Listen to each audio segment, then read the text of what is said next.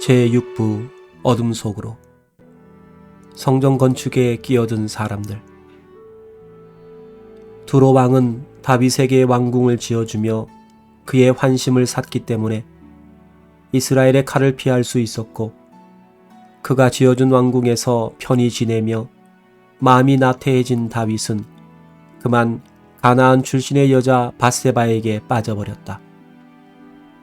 그리고 바로 그 밧세바의 소생인 솔로몬이 왕위에 올랐을 때 두로 왕은 다시 축하의 사신을 보냈다. 솔로몬이 기름 부음을 받고 그 부친에 이어 왕이 되었다 함을 두로 왕 히람이 듣고 그 신복을 솔로몬에게 보내었으니 이는 히람이 평일에 다윗을 사랑하였음이라. 열왕기상 5장 1절. 두로 왕이 다윗을 사랑하였다 함은 그의 왕궁을 지어주었던 것을 말하는 것이나, 사실 그것이 두로 왕으로서는 다윗의 신임을 얻어두기 위한 자구책이었을 뿐이다. 그러나 솔로몬은 겨우 20세에 왕이 되었으므로 부친 때문에 가까운 관계였던 두로 왕에게 이것저것 부탁을 했던 것으로 보인다. 그 하나가 바로 성전 건축에 대한 협조 의뢰였다. 내가 내 하나님 여호와의 이름을 위하여 전을 건축하려 하오니 당신은 영을 내려 나를 위하여 레바논에서 백향목을 베어내게 하소서. 열왕기상 5장 5절에서 6절.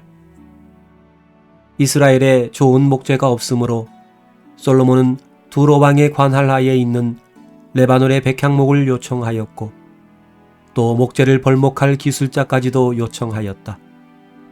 물론 목재값과 벌목공의 임금을 지불하겠다는 조건이었다. 그러나 솔로몬의 건축 계획을 듣고 두로 왕은 매우 기뻐했다. 그가 오랫동안 와신 상담하며 기다려온 복수의 기회가 드디어 왔던 것이다. 히람이 솔로몬의 말을 듣고 크게 기뻐하여 가로되, 오늘날 여호와를 찬양할지로다. 저가 다윗에게 지혜로운 아들을 주사 그 많은 백성을 다스리게 하였도다. 열왕기상 5장 7절. 두로 왕은 즉시 레바논의 백향목과 잣나무를 베어 바다로 운반한 다음 그것을 때로 엮어서 솔로몬이 지정하는 항구로 수송하였고, 솔로몬은 두로의 식량과 기름으로 그 값을 지불하였다. 여기까지는 두 나라 사이에 아무런 문제도 없이 공평한 거래가 진행되었다. 여호와께서 그 말씀대로 솔로몬에게 지혜를 주심으로 히람과 솔로몬이 침묵하여 두 사람이 함께 약조를 맺었더라. 열왕기상 5장 12절. 그러나 예루살렘 성전을 건축하는 솔로몬 왕의 자세에는 처음부터 문제가 있었다. 이스라엘 백성이 여호와의 전을 건축한다고 하면 모든 백성이 나와 그들의 힘과 재능을 합하여 그 공사에 참여하는 것이 마땅한 일이었다. 또 그것은 하나님께서 모세에게 성막을 만들라고 했을 때에도 그랬던 것이었다. 내가 그들 중에 거할 성소를 그들을 시켜 나를 위하여 짓되 무릇 내가 내게 보이는 대로 장막의 식양과 그 기구의 식양을 따라 지을지니라. 출애굽기 25장 8에서 9절. 이렇게 해서 하나님은 모세에게 그 성막의 치수에서 구조에 이르기까지 모든 설계를 상세하게 지시하셨을 뿐만 아니라 성막의 공사를 지휘할 감독자까지도 직접 지명해 주셨다.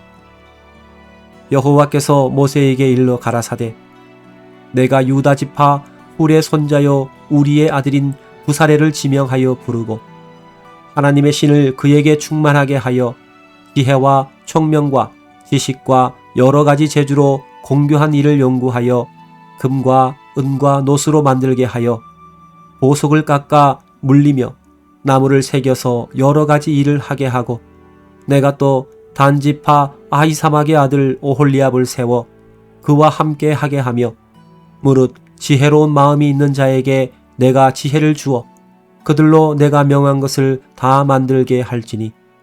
출애굽기 31장 1에서 6절. 그런데 두로 왕이 돌로 지어준 왕궁에 살면서 다윗은 하나님의 전을 건축할 때에도 역시 돌로 건축할 것을 계획하였다.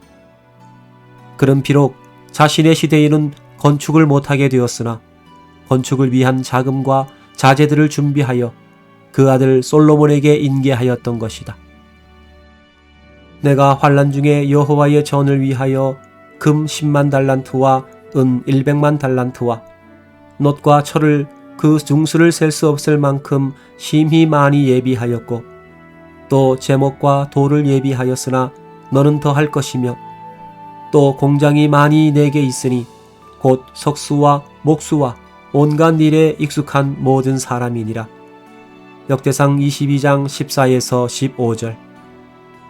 다듬은 돌로 단을 쌓지 말라고 하신 하나님의 명령을 잊어버리고 돌로 성전을 짓겠다고 생각한 다윗의 계획에도 문제가 있었지만 이 공사를 시작하면서 솔로몬은 큰 잘못을 범했던 것이다. 전에 솔로몬의 부친 다윗이 이스라엘 땅에 거한 이방 사람을 조사하였더니 이제 솔로몬이 다시 조사함에 모두 15만 3,600인이라. 그 중에 7만은 담군이 되게 하였고 8만이는 산에서 벌목을 하게 하였고 3,600인은 감독을 삼아 백성들에게 일을 시키게 하였더라. 역대하 2장 17에서 18절. 여기서 말하는 이방 사람이란 모두 가나안 출신의 종들을 말하는 것이었다. 하나님께서는 가나안 사람들을 모두 죽이거나 쫓아내라고 하셨는데 이스라엘 사람들은 그들을 살려둔 채 종으로 부리고 있었다. 그런데 솔로몬은 하나님의 성전을 건축하면서 이 종들을 동원했던 것이다.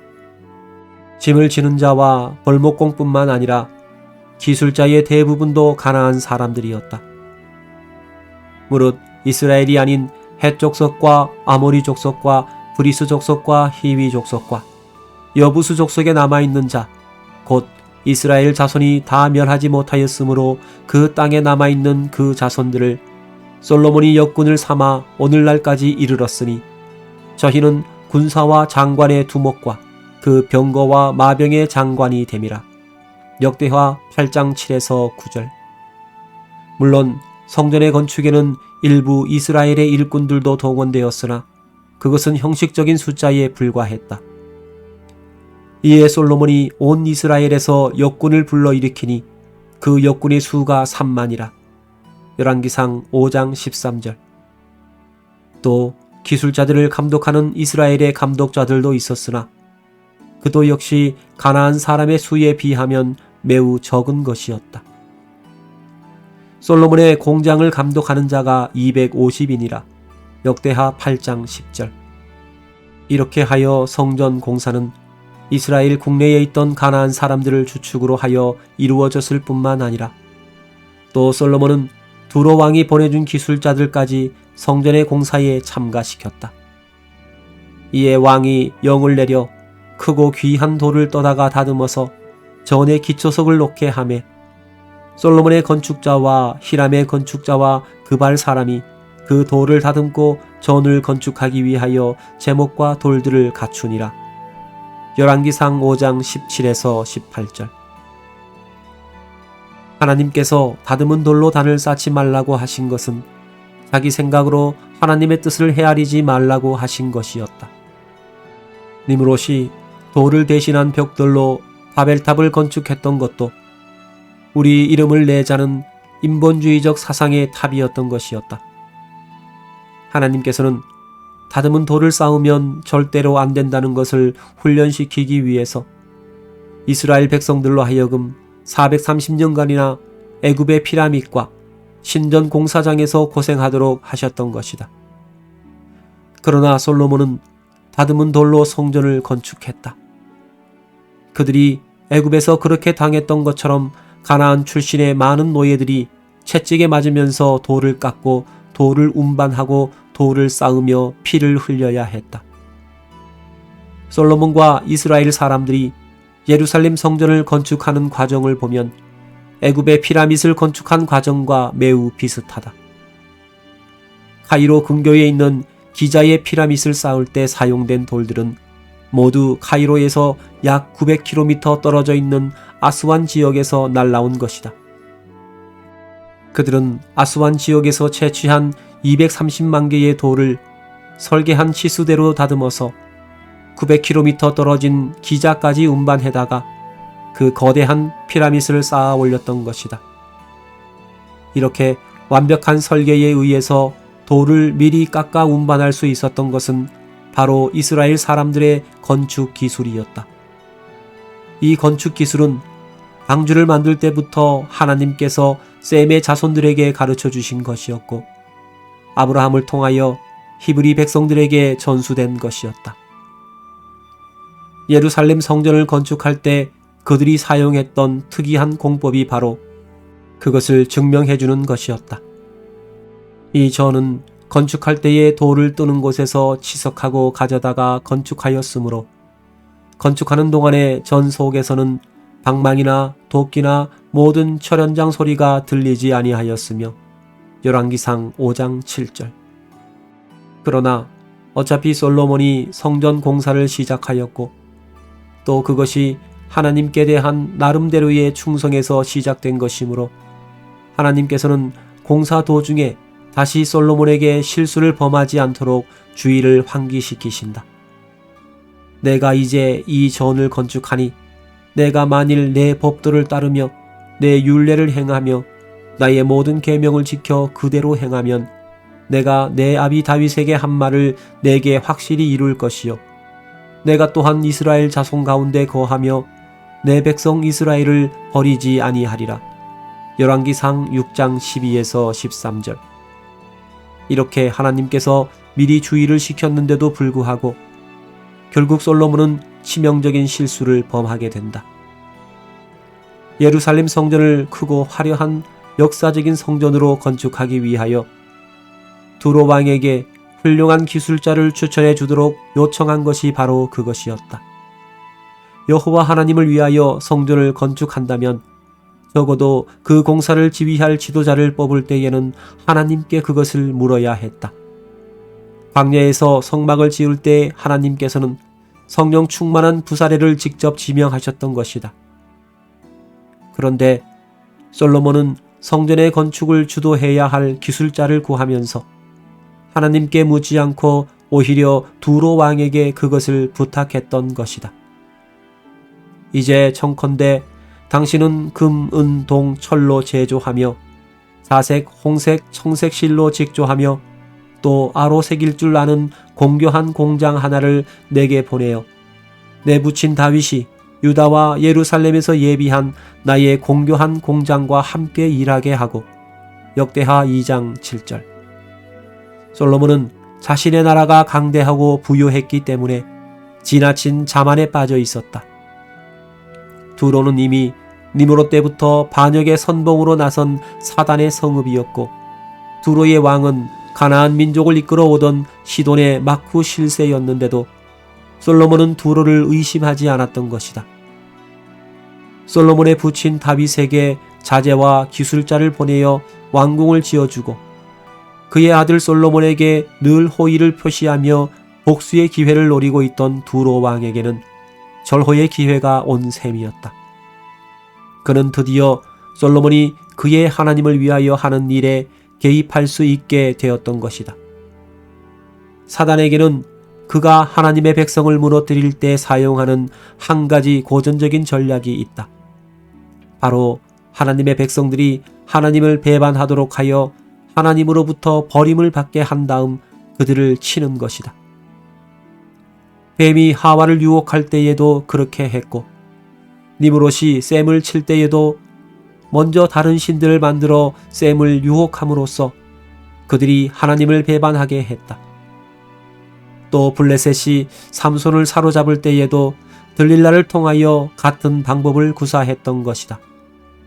그런데 솔로몬 왕이 여호와 하나님을 위하여 성전을 건축하는데 좋은 기술자를 추천해달라고 요청을 해온 것이다.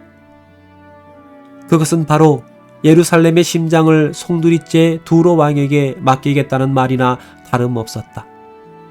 두로 왕은 뛸 듯이 기뻐하면서 즉시 사람을 추천하는 회답을 썼다. 내가 이제 공교하고 총명한 사람을 보내오니 전에 내 부친 후람에게 속하였던 자라. 이 사람은 단의 여자 중 한 여인의 아들이요 그 아비는 두로 사람이라. 능히 금, 은, 동, 철과 돌과 나무와 자색, 청색, 홍색 실과 가는 배로 일을 잘하며 또 모든 아로 새기는 일에 익숙하고 모든 기묘한 식양에 능한 자니 당신의 공고한 공장과 당신의 부친 내 주 다윗의 공교한 공장과 함께 일하게 하소서. 역대하 2장 13에서 14절. 이렇게 해서 나중에 하나님이 사단이라고 지목하신 두로 왕의 적극적인 추천을 받은 기술자 히람이 예루살렘에 와서 성전 공사를 지휘하는 총감독을 맡게 되는 것이다. 예루살렘 성전의 건축 공사가 착공된 것은 BC 966년이었다. 솔로몬이 예루살렘 모리아 산에 여호와의 전 건축하기를 시작하니 그곳은 전에 여호와께서 그 아비 다윗에게 나타나신 곳이요 여부수 사람 오르난의 타작마당에 다윗이 정한 곳이라. 솔로몬이 왕위에 나아간 지 4년 2월 초 2일에 건축하기를 시작하였더라. 역대하 3장 1에서 2절. 결국 예루살렘 성전 공사를 주도한 것은 15만 명의 가나안 역군들과 3,600명의 가나안 출신 감독들과 두로 왕이 보낸 역군들과 기술자들이었고 그들을 총지휘한 것은 두로에서 온 히람이라는 기술자였다. 이것은 예루살렘 성전이 가나안 출신의 기술자들과 일꾼들에 의해서 그들의 주도로 건축되었음을 의미하는 것이다. 두로 왕의 추천을 받고 와서 성전 공사를 총지휘한 두로 출신의 기술자 히람은 두로 왕 히람과 그 이름이 같았다. 그것은 곧 두로에서 온 기술자 히람이 두로 왕 히람의 전적인 신임을 받고 그의 지령을 차질 없이 시행하기 위하여 큰 임무를 띠고 파견된 두로 왕의 대리자임을 의미하는 것이다. 이렇게 해서 다윗 왕이 모처럼 여호와 하나님을 위해서 짓기를 계획했고 솔로몬과 그의 백성들이 하나님께 봉헌하고 싶어 했던 예루살렘 성전은 하나님께서 가장 미워하시는 가나안 사람들의 주도로 건축된 것이었다. 그 성전은 하나님께서 싫어하시는 다듬은 돌로 지어졌을 뿐만 아니라 하나님을 대적하는 온갖 상징물들로 더럽혀지게 되었다. 내가 죄악이 많고 무역이 불의함으로 내 모든 성소를 더럽혔으며 내가 내 가운데서 불을 내어 너를 사르게 하고 너를 목도하는 모든 자 앞에서 너로 땅 위에 재가 되게 하였도다. 에스겔 28장 18절. 그 아비는 두로 사람이라. 솔로몬의 초청으로 예루살렘에 와서 성전 건축을 총지휘한 히람이란 사람은 어떤 사람인가? 우선 성경에 기록된 설명을 살펴보자. 솔로몬 왕이 보내어 히람을 두로에서 데려오니 저는 납달리 지파 과부의 아들이요 그 아비는 두로 사람이니 놋 점장이라. 이 히람은 모든 논일에 지혜와 총명과 재능이 구비한 자더니 솔로몬 왕에게 와서 그 모든 공작을 하니라. 열왕기상 7장 13에서 14절. 그러나 역대기에 나오는 두로 왕의 편지 내용은 이와 조금 다르다. 내가 이제 공교하고 총명한 사람을 보내오니 전에 내 부친 후람에게 속하였던 자라. 이 사람은 단의 여자 중 한 여인의 아들이요 그 아비는 두로 사람이라. 능히 금, 은, 동, 철과 돌과 나무와 자색, 청색, 홍색 실과 가는 배로 일을 잘하며 또 모든 나로 새기는 일에 익숙하고 모든 기묘한 식양에 능한 자니. 역대하 2장 13에서 14절. 여기서 두로 왕의 이름이 히람 또는 후람이라고 나오는 것은 히브리어의 두 모음이 유사하게 발음되기 때문이다. 어쨌든 두로 왕과 같은 이름을 가지고 예루살렘에 온 이 히람이라는 사람을 열왕기는 납달리 지파 과부의 아들이라고 했고, 역대기에서 두로 왕은 단의 여자 중 한 여인의 아들이라 소개하고 있다.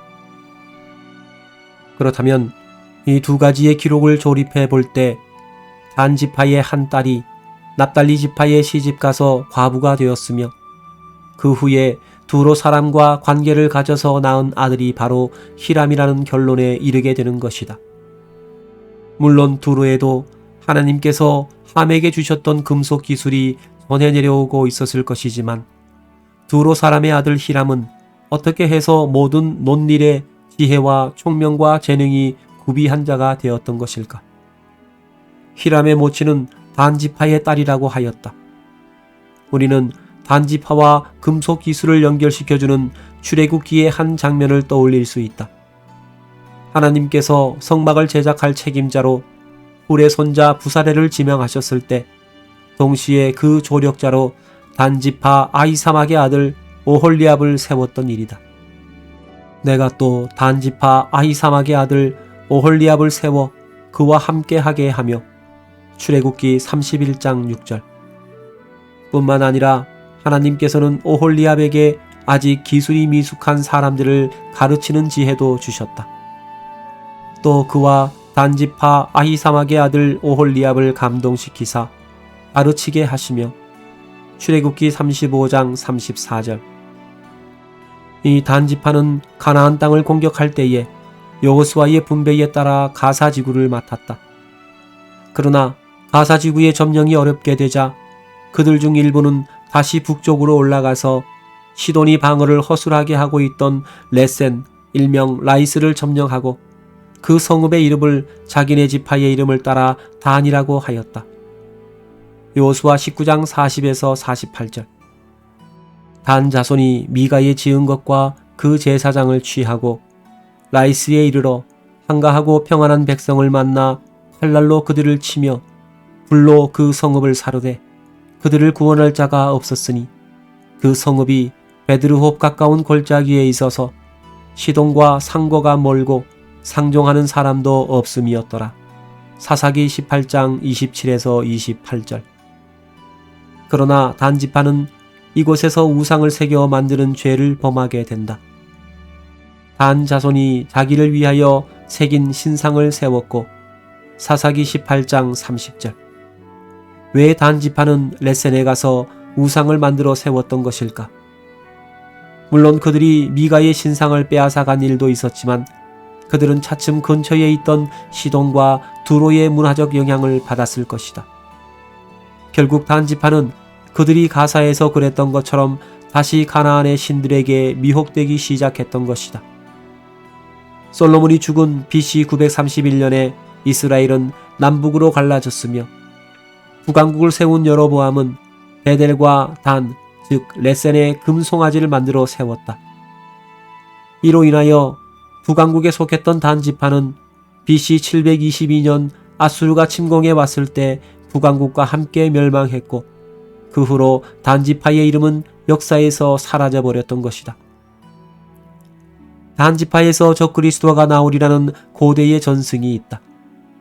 그래서인지 요한계시록 7장에 기록된 구원받는 12지파의 이름에는 단지파가 빠져 있는데 아마도 그것은 야곱이 이스라엘 12지파의 장래일을 예언할 때에 단지파에 대해서 이상한 말을 한 때문인지도 모른다.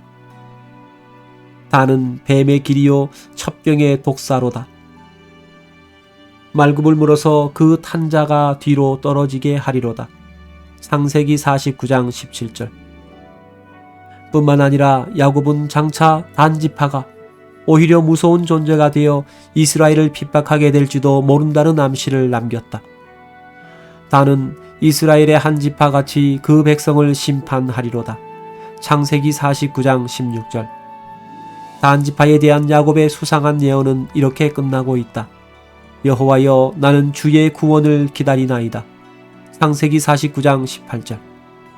그런데 바로 이 단지파의 여인이 납달리 지파의 시집 갔다가 과부가 되었으며 두로 사람과 관계하여 히람을 낳고 친정으로 돌아왔다. 열왕기와 역대기는 모두 히람의 아비가 사단의 성읍이었던 두로 사람이라고 기록했다. 그렇다면 이 두로의 사나이는 어떻게 해서 납달리 지파의 과부였던 단 지파의 여인과 관계를 맺게 되었던 것일까?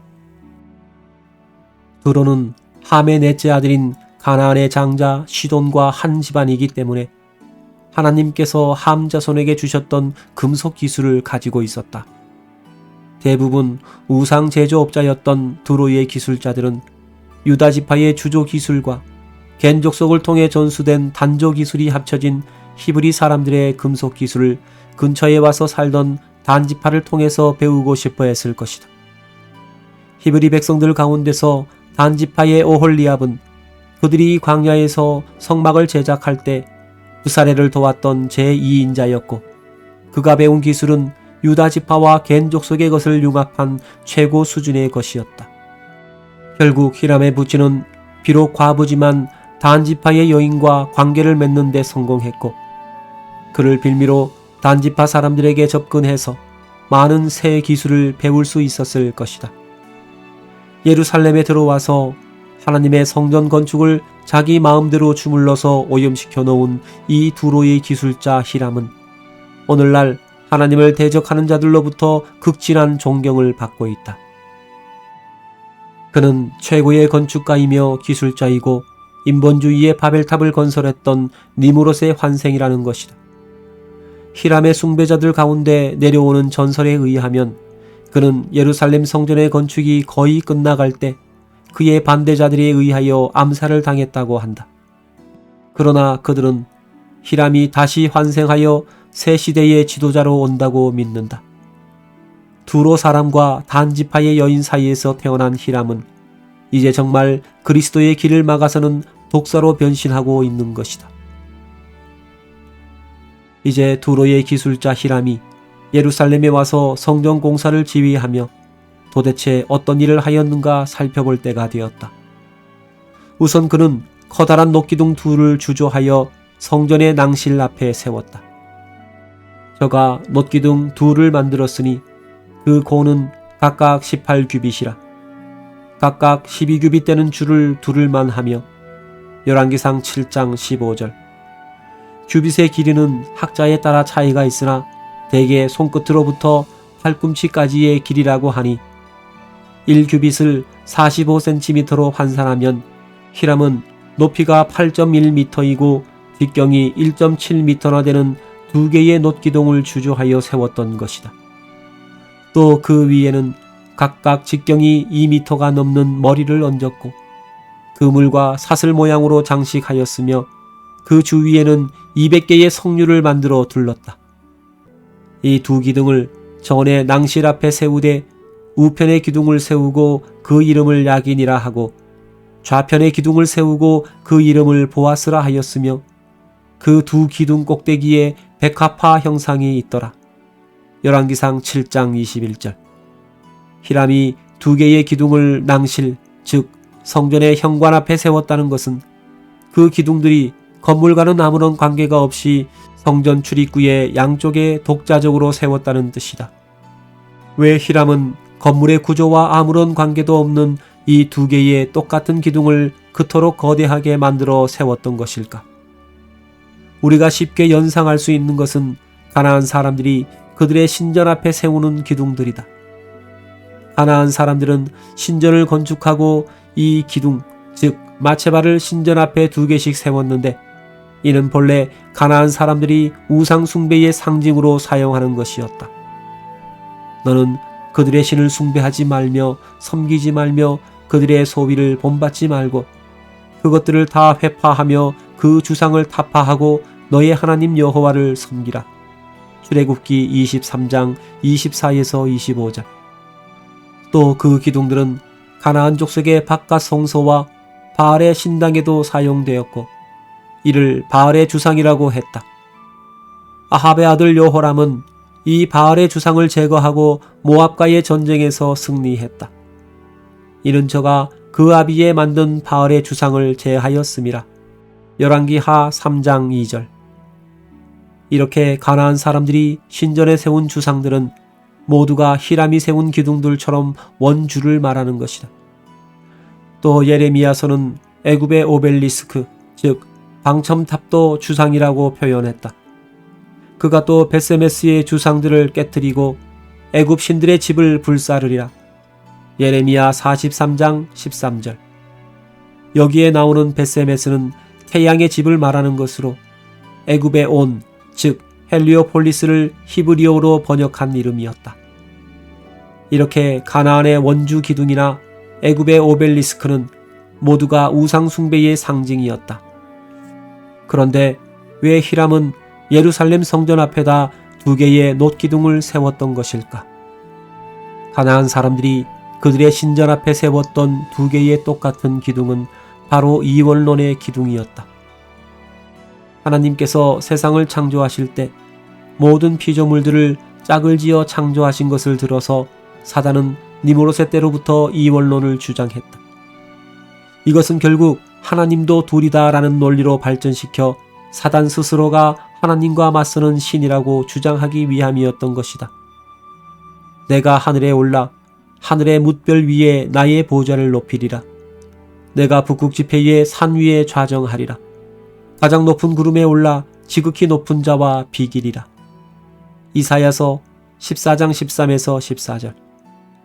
히람은 이 2개의 기둥 중에서 오른편의 것을 야긴이라고 했는데 이는 저가 세우리라 라는 뜻이고 왼편의 것은 보아스라 했는데 즉 저에게 능력이 있다는 뜻이었다.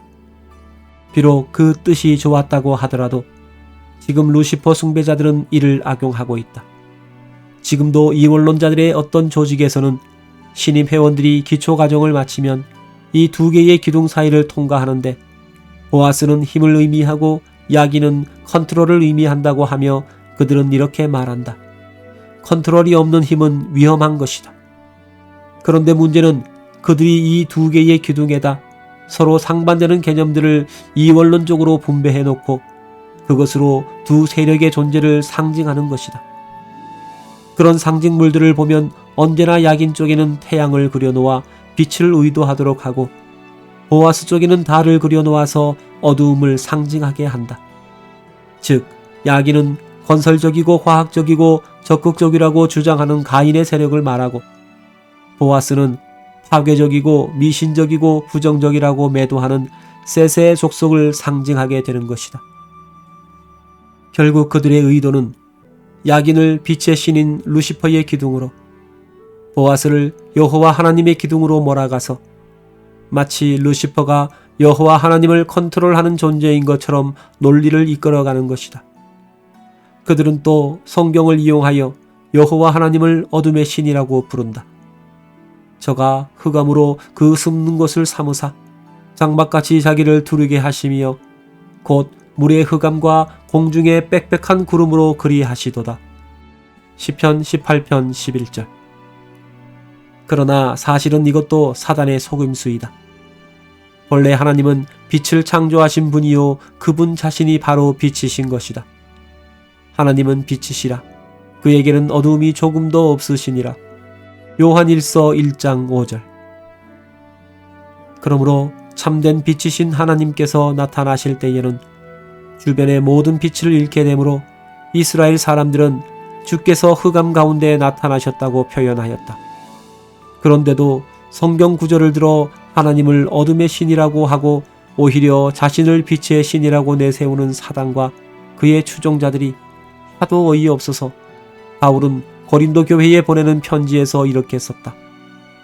사단도 자기를 광명의 천사로 가장하나니 그러므로 사단의 일꾼들도 자기를 의의 일꾼으로 가장하는 것이 또한 큰 일이 아니라. 고린도 후서 11장 14에서 15절.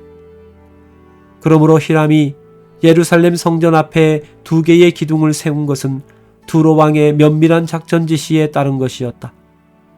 그러나 이미 율법서에는 이런 기둥을 세우지 말라는 명령이 엄연히 기록되어 있다.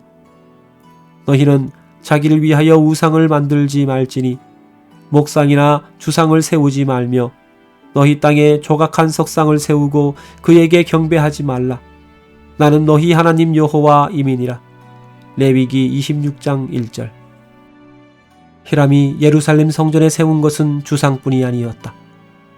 그는 또 성전 앞마당에 2,000밭이 들어가는 놋바다를 만들고 12마리의 소가 바치고 있게 했으며 그 받침에도 소와 사자의 상을 만들어서 그는 짐승의 형상이라도 만들지 말라는 하나님의 명령을 위반하게 했다.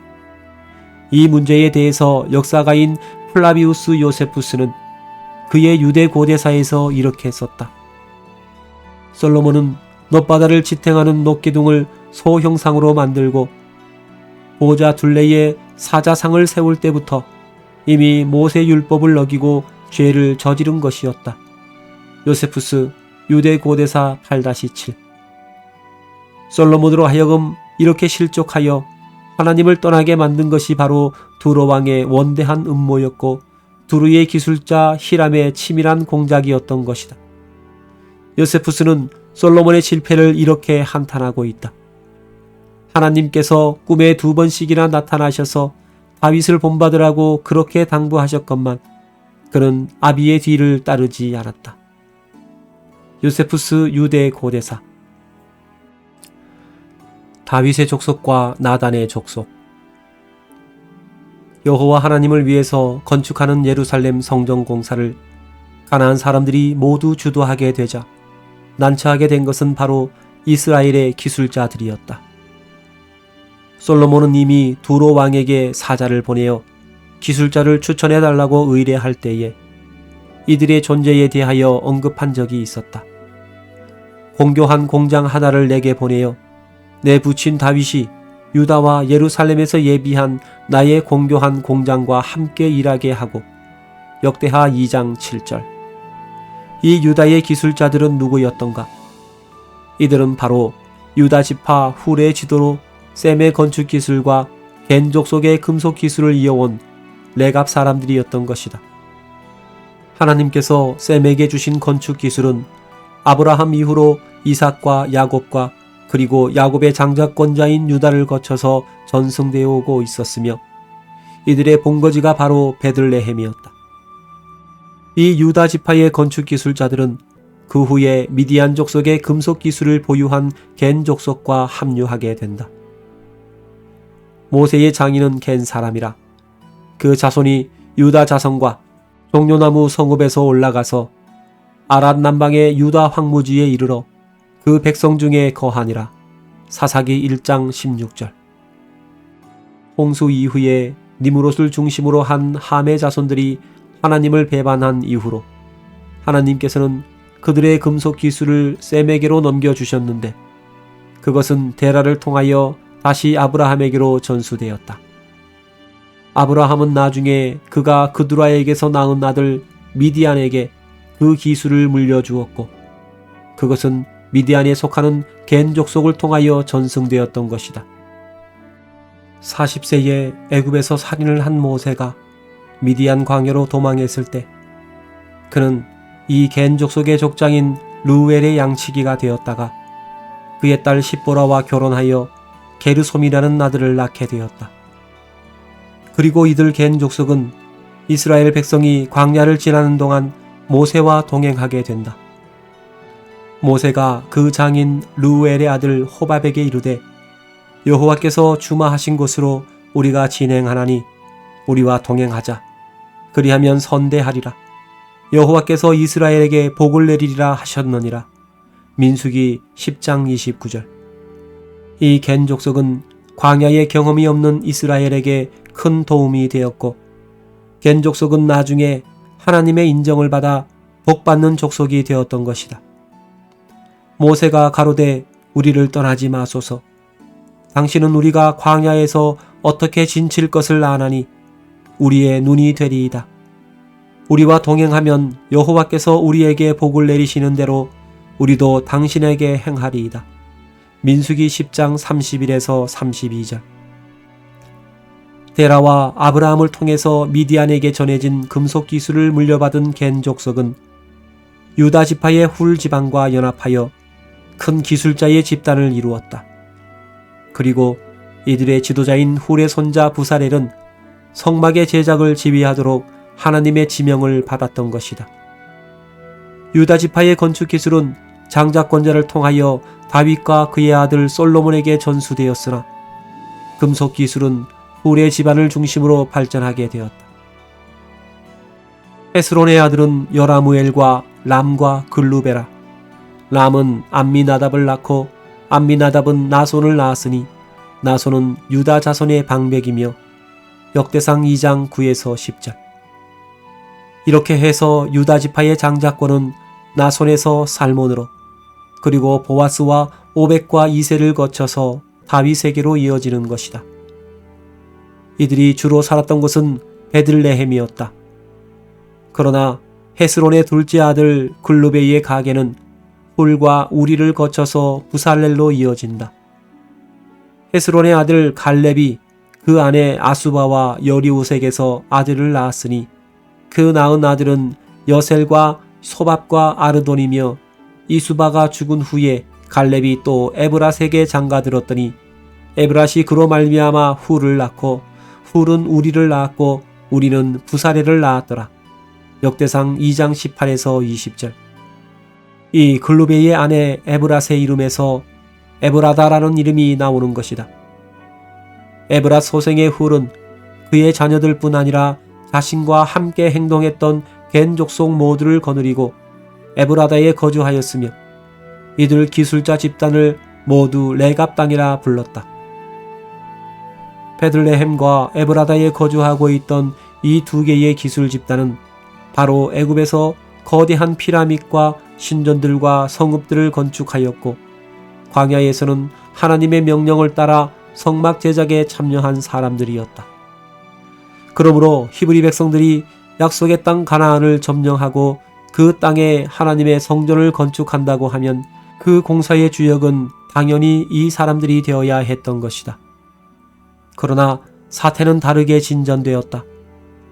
물론 성전 공사에 레갑 사람들도 동원되었고 그들의 기술이 사용되었지만 공사를 지휘하는 것은 두로에서 온 기술자 히람이었고 그러다 보니 공사장의 주도권은 어느새 레갑 사람들보다는 가나안 사람들에게 모두 다 넘어가 있었다. 430년간이나 애굽에서 거대한 건축들을 주도했었고 성막을 제작했고 겐 족속의 기술까지 합류한 유다의 자손들과 레갑 사람들이 두로에서 온 이방의 뜨내기 기술자에게 주도권을 빼앗겨버린 것도 속상한 일인데 히람은 제멋대로 두 개의 기둥을 세우고 소와 사자의 상들을 만들고 있었다. 베들레헴의 유다 자손들과 에브라다의 레갑 사람들은 솔로몬 왕에게 달려가서 이런 일들을 즉각 중단해달라고 건의했을 것이다. 하나님께서 솔로몬의 꿈에 2번이나 나타나는 것도 바로 이때였을 것이다. 그러나 이미 교만해진 솔로몬은 그들의 건의를 묵살하였다.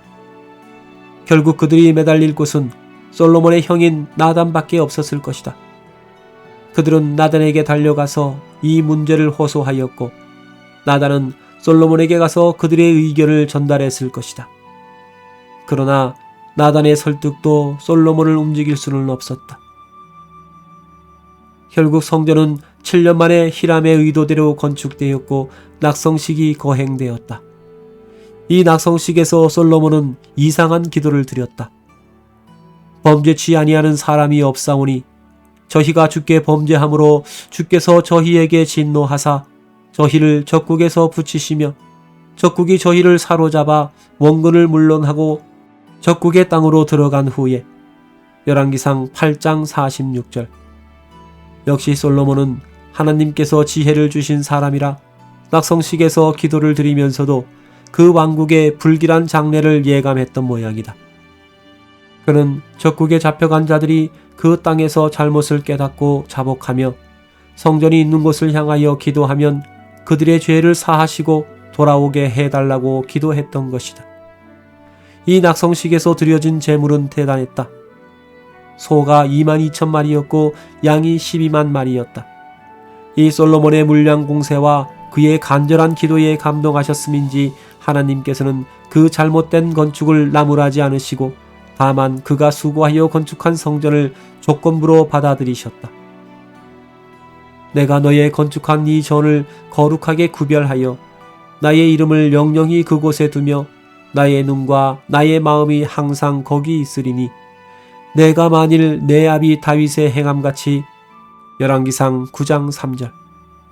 여기에 조건이 붙는 것이다. 솔로몬과 그의 백성들이 다윗과 같이 하나님의 명령대로 순종하면 약속한 대로 이스라엘의 왕위를 견고하게 하겠으나 하나님을 떠나 다른 신을 섬기고 숭배하면 그 나라를 망하게 할 것이요 성전까지도 던져버려서 비웃음거리가 되게 하리라고 경고하셨다. 결국 솔로몬과 그 백성들은 나중에 망하는 길을 택하게 되었다. 예루살렘 성전이 잘못된 가운데 준공된 후 이를 반대했던 레갑의 기술자들은 어떻게 되었을까? 이들은 결국 하나님의 성전이 잘못되는 것을 막지 못하여 하나님께 죄인이 되었음을 자처하며 유랑 생활을 하게 되었다. 그로부터 354년이 지난 후 예루살렘에 바벨론 군대가 들어오기 직전 선지자 예레미야는 레갑 사람들을 성전에 집합시키는데 이때 그들이 어떻게 살았는가 하는 모습이 나타나고 있다. 너희와 너희 자손은 영영히 포도주를 마시지 말며 집도 짓지 말고 파종도 하지 말며 포도원도 재배치 말며 두지도 말고 너희 평생의 장막에 거처하라. 그리하면 너희의 우거하는 땅에서 너희 생명이 길리라. 예레미야 35장 7절. 필자는 바벨론의 포로로 잡혀갔던 다니엘과 에스겔을 주인공으로 하여 공중에 학은 날고 있다라는 소설을 쓰면서 비로소 이 레갑 사람들의 이야기를 소설 속에 등장시켰다. 이 레갑 사람들의 이야기를 추적하면서 필자는 다시 스가랴서에 나오는 다윗의 족속과 나단의 족속에 대해서 주목하기 시작했다. 하나님을 배반하고 우상을 섬기다가 솔로몬의 불길한 예감대로 예루살렘이 멸망하고 나서 바벨론의 포로로 잡혀갔던 이스라엘 사람들이 70년 동안 울며 기도한 끝에 다시 옛 땅에 돌아왔을 때 스가랴 선지자는 진정한 교회의 건축자이신 예수 그리스도께서 오실 것을 예언했다. 시온에 따라 크게 기뻐할지어다. 예루살렘에 따라 즐거이 부를지어다. 보라, 내 왕이 내게 임하나니 그는 공의로우며 구원을 베풀며 겸손하여서 나귀를 타나니 나귀의 작은 것 곧 나귀 새끼니라. 스가랴 9장 9절. 그러나 스가랴는 또한 예루살렘에 입성하신 이 예수가 은 30에 팔려 순환을 당할 일에 대해서도 예언했다. 그들이 곧 은 30을 달아서 내 고가를 삼은지라. 여호와께서 내게 이르시되 그들이 나를 헤아린 바 그 고가를 토기장이에게 던지라. 스가랴 11장 12에서 13절. 예루살렘 사람들에게 핍박을 당하고 십자가에 달리신 예수는 다시 그를 찌른 이스라엘 백성을 구원하러 오신다고 되어 있다. 그들이 그 찌른 바 그를 바라보고 그를 위하여 애통하기를 독자를 위하여 애통하듯 하며 그를 위하여 통곡하기를 장자를 위하여 통곡하듯 하리로다. 스가랴 12장 10절. 그런데 이때의 예수의 오심을 보며 회개하는 무리들 가운데는 이상한 현상이 나타나는 것이다. 온 땅 각 족속이 따로 애통하되 다윗의 족속이 따로 하고 그 아내들이 따로 하며 나단의 족속이 따로 하고 그 아내들이 따로 하며. 스가랴 12장 12절. 다윗은 나단의 아버지이다. 그런데 왜 다윗의 족속이 따로 하고 나단의 족속이 따로 한다는 것인가? 다윗의 족속은 솔로몬을 통해서 내려오는 다윗의 왕과를 의미하고 나단의 족속은 예루살렘 성전의 잘못된 점을 지적하다가 묵살당했던 레갑의 기술자들을 의미하는 것은 아닐까? 그러고 보면 다윗의 족속과 나단의 족속이 구분되는 대목은 또 있다. 즉 마태복음 1장에 나오는 계보와 누가복음 3장에 나오는 계보가 바로 그것이다. 마태복음에는 아브라함으로부터 시작하여 마리아의 남편 요셉에 이르기까지의 족보가 나와 있다. 그러나 누가복음의 계보는 이와 다르다. 예수께서 가르치심을 시작하실 때에 30세쯤 되시니라. 사람들의 아는 대로는 요셉의 아들이니 요셉의 이상은 헬리요 그 이상은 맏다시요. 누가복음 3장 23절.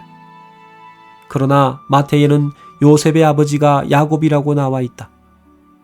야곱은 마리아의 남편 요셉을 낳았으니 마태복음 1장 16절. 이렇게 요셉의 두 계보가 서로 달라지게 된 것은 다윗에게 비롯된다. 즉 마태복음의 족보는 다윗의 아들 솔로몬으로 이어지고 누가복음은 나단에게로 이어지는 것이다. 즉 두 개의 계보가 달라지는 것은 솔로몬과 나단에게서이다. 더욱 이상한 것은 솔로몬에서 요셉까지 27대인데 나단에서 요셉까지는 무려 42대나 이어지는 것이다. 그렇다면 다윗에게서 요셉에게로 이어지는 족보는 베들레헴을 중심으로 하는 장자권의 족보이며 요셉에서 나단으로 거슬러 올라가는 계보는 즉 에브라다를 중심으로 하는 레갑 기술자들의 계보를 표시하는 것이 아닐까.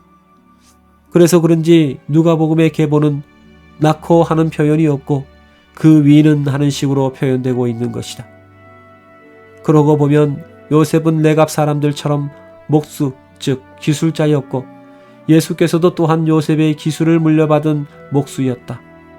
마태복음의 족보가 아브라함으로 시작하여 다윗을 거쳐서 내려오는 약속의 족보였다면 누가복음의 그것은 하나님께 대한 사죄를 위하여 나그네로 살아온 레갑 사람들의 스승에서 제자로 이어지는 충성의 계보가 아니었을까. 이 두 개의 계보에 다 들어가는 사람은 바벨론에서 돌아와 예루살렘 성전을 중건한 스룹바벨과 그 위에 스알디엘이다. 그들은 유다의 왕족이었으나 조국이 멸망한 후 레갑의 제자로 입문하였을 것이다. 스룹바벨도 역시 성전을 건축한 기술자였던 것이다. 스룹바벨에서 만났던 이 두 개의 계보는 다시 갈라졌다가 드디어 요셉에 이르러서 또 만나게 된다. 즉 요셉이야말로 다윗의 자손에게 주신 하나님의 약속과 레갑의 충성을 이어받은 의로운 사람이었다. 그리고 하나님의 아들이신 예수께서는 마리아에게 태어나셔서 의로운 사람인 요셉의 양육을 받게 되시는 것이다. 이렇게 예수께서는 새로운 약속의 주인공으로 오셨으며 레갑 사람들이 그렇게도 원했던 참된 성전, 즉 교회의 건축자로 오셨다. 그 예수의 후계자들인 그리스도인들은 모두가 이 시대의 레갑 사람들이며 새로운 약속의 후사들이다. 히람의 후예들이 무너질 돌의 문명을 건설하고 있는 동안 그리스도의 제자들은 말씀으로 영원한 교회를 건설하고 있는 것이다. BC 760년경 이사야와 거의 같은 시대에 유다에서 활동했던 미가 선지자는 이스라엘과 세계를 구원하실 그리스도께서 강림하실 때 그가 베들레헴과 에브라다에서 즉 약속과 충성의 계보를 따라오실 것이라는 것을 분명히 예고했다.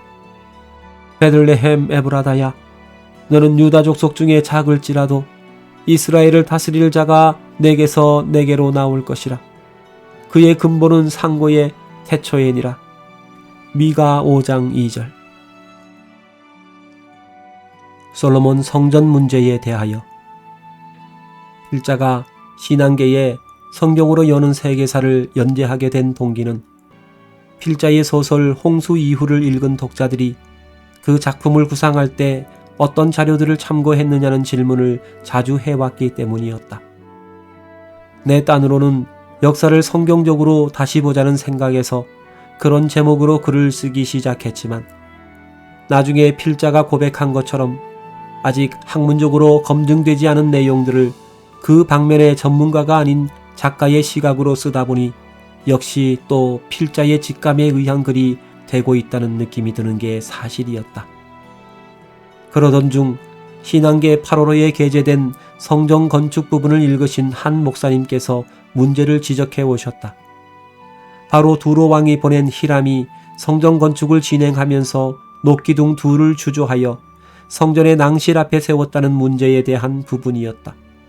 성경에도 나오는 것처럼 성전 공사를 시작하기 전에 솔로몬 왕은 두로 왕에게 유능한 기술자 하나를 보내달라고 부탁했다.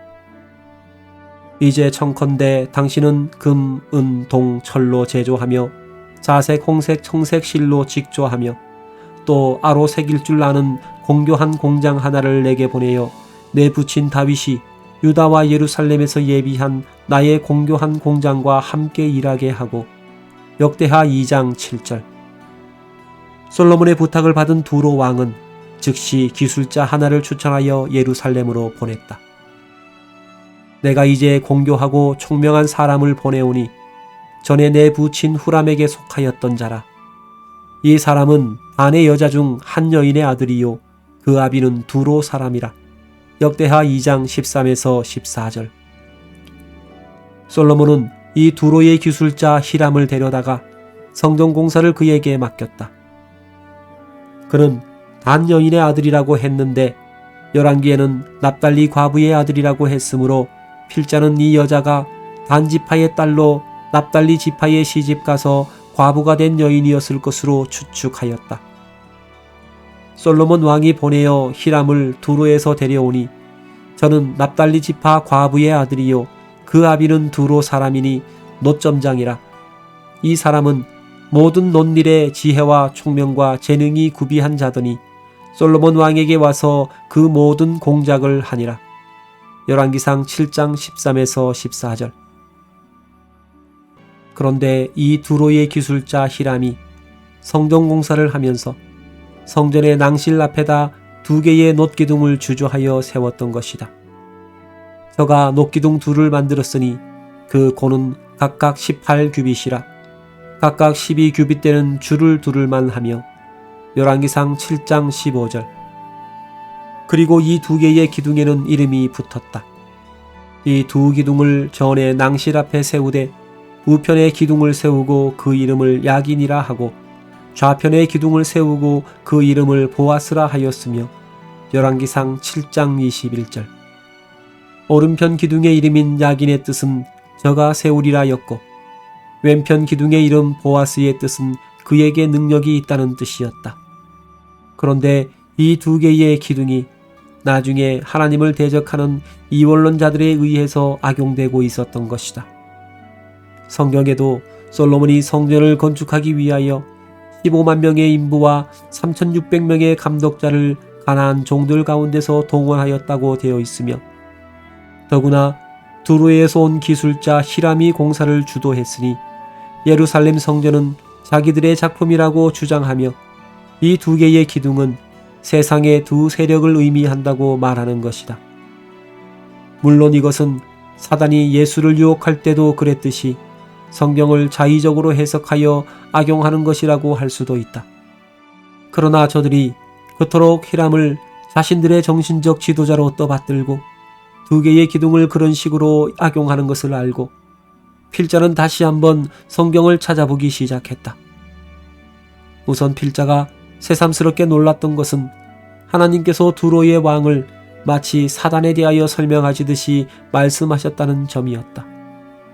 인자야, 너도 두로 왕에게 이르기를 주 여호와의 말씀에 내 마음이 교만하여 말하기를 나는 신이라. 내가 하나님의 자리 곧 바다 중심에 앉았다 하도다. 에스겔 28장 2절. 필자는 이 두로 왕에 대하여 더 살펴보았다. 두로 왕은 다윗이 예루살렘에서 왕이 되었을 때에 그에게 왕궁을 건축하여 헌납했으며 예루살렘 성전 공사에 공헌하여 솔로몬으로부터 갈릴리 땅의 성읍 20개를 선물로 받았다. 그 후 이 두로 왕은 솔로몬에게 황금 120달란트를 상납하였고 계속해서 솔로몬이 황금 수입하는 일을 도왔다. 그리고 훗날에 다시 북이스라엘의 아합 왕은 비록 동일일은 아니지만 두로 왕의 딸 이세벨을 왕비로 삼아서 타락의 길을 걷게 된다. 두로와 시돈은 늘 함께 사용되었으며 열왕기상 16장 31절에 나오는 시돈 왕 엣바알도 두로 왕이라고 한다.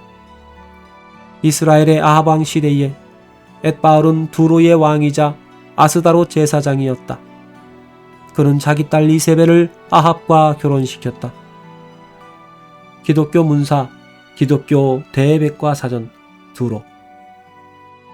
결국 필자는 이 모든 전후 상황으로 미루어 살펴볼 때 가나안 최고의 무역항이었던 두로의 왕들은 이스라엘과 유다의 타락을 위하여 끈질긴 공작을 벌였던 것이 아닐까 하는 생각을 하게 되었으며 예루살렘의 성전 앞에 2개의 기둥을 세운 것도 그런 공작의 일환이 아닐까 생각했던 것이다.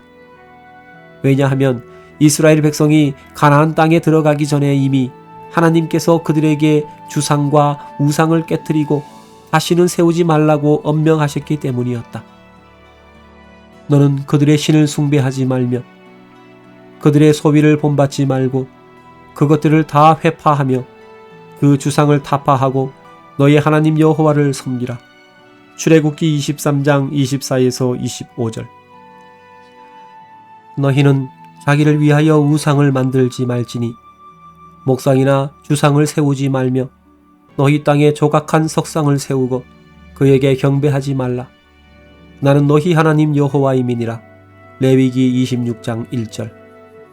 또 그 기둥들은 가나안 족속의 바깥 성소와 바알의 신당에도 사용되었고 이를 바알의 주상이라고 했던 것이다. 또 아합의 아들 여호람은 이 바알의 주상을 제거하고 모압과의 전쟁에서 승리했다. 그렇다면 도대체 히람은 무엇을 근거로 이 두 개의 주상을 예루살렘 성전 앞에 세운 것인지 확인하기 위해서 하나님께서 다윗에게 일러주신 성전의 식양을 살펴보았다. 다윗이 전의 낭실과 그 집들과 그 곶간과 다락과 골방과 속죄소의 식양을 그 아들 솔로몬에게 주고 또 성신에 가르치신 모든 식양 곧 여호와의 전의 뜰과 사면의 모든 방과 하나님의 전 곡관과 성물 곶간의 식양을 주고 역대상 28장 11에서 12절. 그 이하에서는 성전에서 사용할 모든 금은 기명과 설비와 그리고 속죄소에 날개 달린 그룹에 대해서까지 언급이 되고 있는데 두 개의 기둥이라든가 놋바다를 떠받친 12마리의 소 같은 것에 대한 언급은 없다. 필자는 이로써 이 식양에 언급되지 않은 두 개의 기둥과 12마리의 소 같은 것은 두루의 기술자 히람이 솔로몬에게 그럴듯한 말로 건의하여 만들어 놓았을 것이라고 생각했던 것이다. 그런데 바로 이 부분에서 필자에게 연락해 오신 목사님의 지적이 제기되었던 것이다. 우선 목사님의 지적은 다윗이 솔로몬에게 식양을 넘겨줄 때 성신에 가르치신 모든 식양을 넘겨주었으니 솔로몬의 성전 건축은 완전했다는 것이었다. 더구나 솔로몬이 이 성전 건축을 완료하고 낙성식을 행할 때 여호와의 영광이 나타났던 것이다. 솔로몬이 기도를 마침에 불이 하늘에서부터 내려와서 그 번제물과 제물들을 사르고 여호와의 영광이 그 전에 가득하니 역대하 7장 1절. 또 하나님께서는 솔로몬이 건축한 성전을 인정하시고 거룩하게 하시고 응답의 약속을 주셨다. 이곳에서 하는 기도에 내가 눈을 들고 귀를 기울이리니 이는 내가 이미 이 전을 택하고 거룩하게 하여 내 이름으로 여기 영영이 있게 하였음이라. 내 눈과 내 마음이 항상 여기 있으리라. 역대하 7장 15에서 16절. 사실 이 문제에 대해서도 필자가 고민했던 것은 사실이었다. 그러나 필자는 기둥과 소의 형상 때문에 문제가 있더라도 그것이 솔로몬의 고의가 아니라 하나님을 섬기는 마음에서 히람의 건의를 받아들였을 것이니 사람의 중심을 보시는 하나님께서 솔로몬의 수고를 인정하시고 단서를 붙여서 받아주신 것이 아니겠느냐고 생각했다. 그러나 너희가 만일 돌이켜 내가 너희 앞에 둔 내 율례와 명령을 버리고 가서 다른 신을 섬겨 숭배하면 내가 저희에게 준 땅에서 그 뿌리를 뽑아내고 내 이름을 위하여 거룩하게 한 이 전을 내 앞에서 버려 모든 민족 중에 속담거리와 이야기거리가 되게 하리니. 역대하 7장 19에서 20절. 그러나 지적해 주신 목사님은 하나님께서 불완전한 제사를 받으신 분이 아니며 특히 제사와 성전은 그리스도 사역의 예표인데 그것이 불완전한 채로 인정될 수는 없다고 말씀하셨다. 그리고 목사님께서 찾아주신 또 한 구절을 보고 필자는 결국 두 손을 들 수밖에 없었다. 솔로몬이 여호와의 전에 기지를 쌓던 날부터 준공하기까지 범백을 완비하였으므로 여호와의 전이 결점이 없이 피력하니라. 역대하 8장 16절. 목사님은 이렇게 말씀하셨다. 솔로몬도 인간적 약점이나 문제가 있었던 인물이므로 그 부분에 대한 문화적 고찰이나 추리를 하는 것은 좋다고 하더라도 하나님께서 인정하신 성전의 완전성에 대하여 의구심을 갖는다는 것은 있을 수 없다는 것이었다.